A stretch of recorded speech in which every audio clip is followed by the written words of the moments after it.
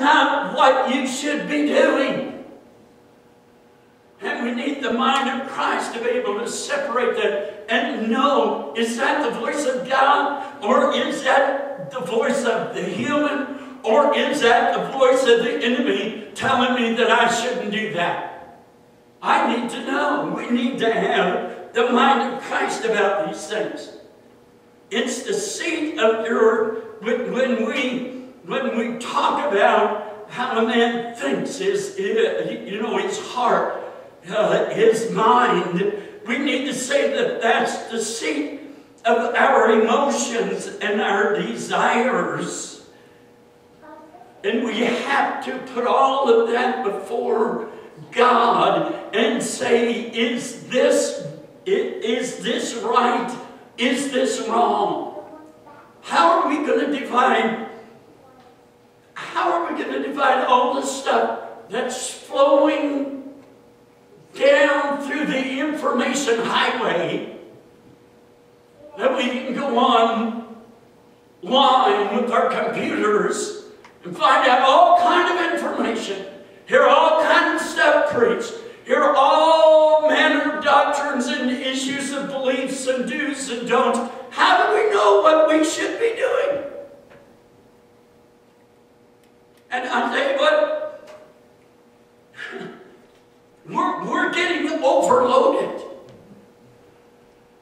And if we continue to allow ourselves being overloaded with all of this information, we're going to crash just like our computers do.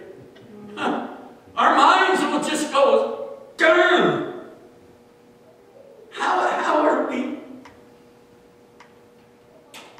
Let's get back to this. Let's go back to the old.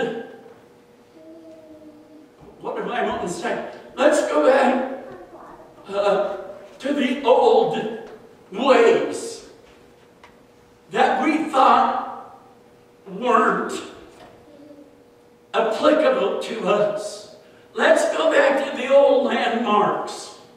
Let's go back to some of those old issues that we thought didn't pertain to us because we had so much information coming down the road to us, we couldn't decide what's right and what's wrong. Give me the mind of Christ. How do we get this mind of Christ? Well, we have to have a dominant conviction about something. You gotta have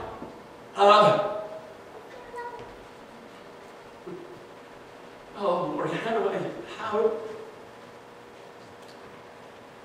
I don't mean that we become like a clam and just shut the shell up and not listen to anything.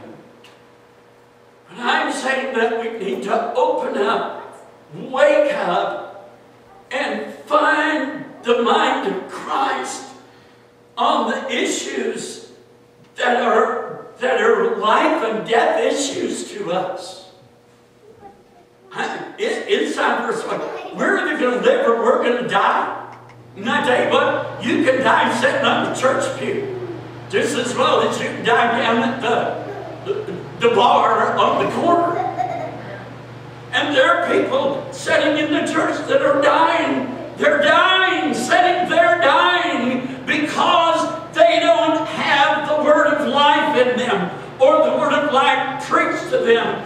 They have some theory and some doctrine preached to them. And it's like, doctrine's all right, but let's go back to the old landmark doctrines.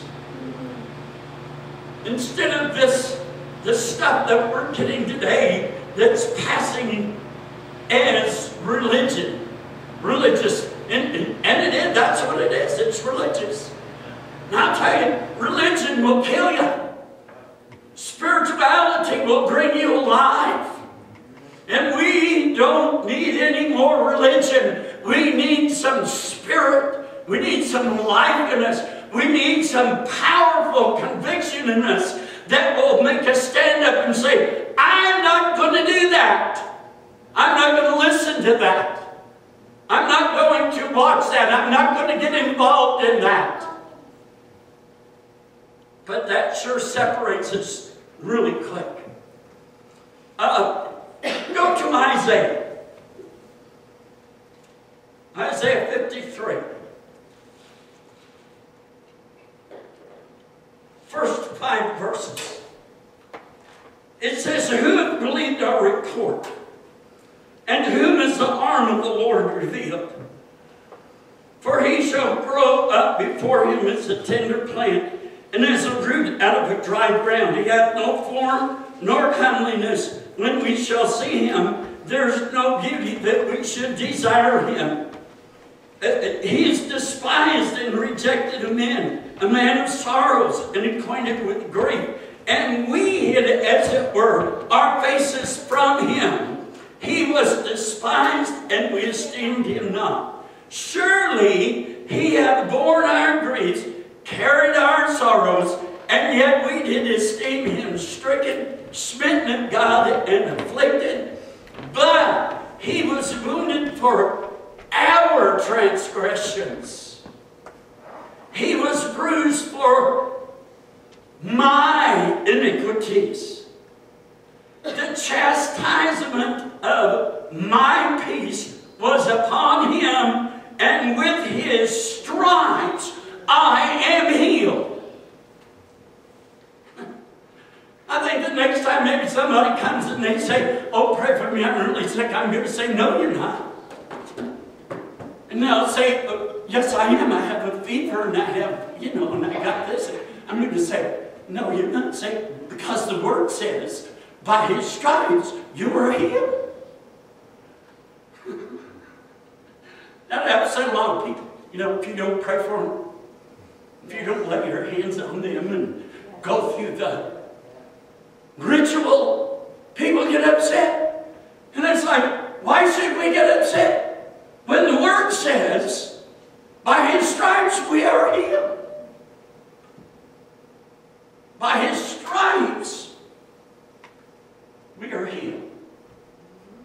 When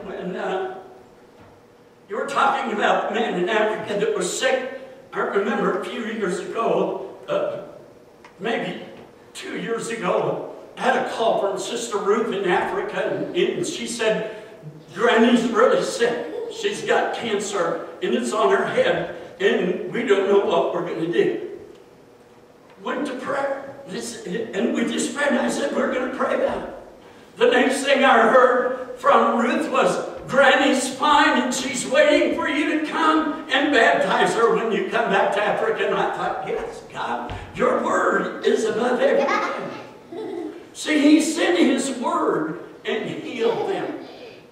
Everywhere in the scripture, Jesus didn't lay hands on everybody that came to him for prayer. Sometimes he just said, go, your faith has made you whole. Or he just spoke his word to a man whose servant or child was sick, and when they got home, bingo. Wow. What happened? Because we went back to the old landmark. Faith. Faith and grace are the old landmarks that we need to get back to. Not this faith that we've been preached in the last few years of, just have faith and you got it, just say it, and, Did you sign this? blab it and grab it. That's not faith. That's humanity.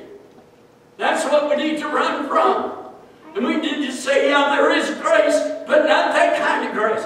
Because it's grace that it's faith that activates the grace of God to move in our life.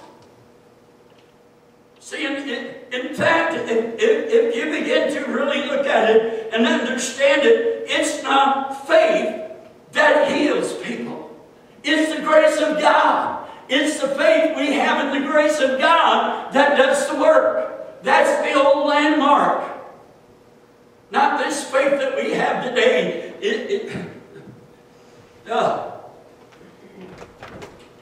Isaiah 54. First 5 verses again. Sing, O barren, thou that didst not bear. Break forth into singing and cry.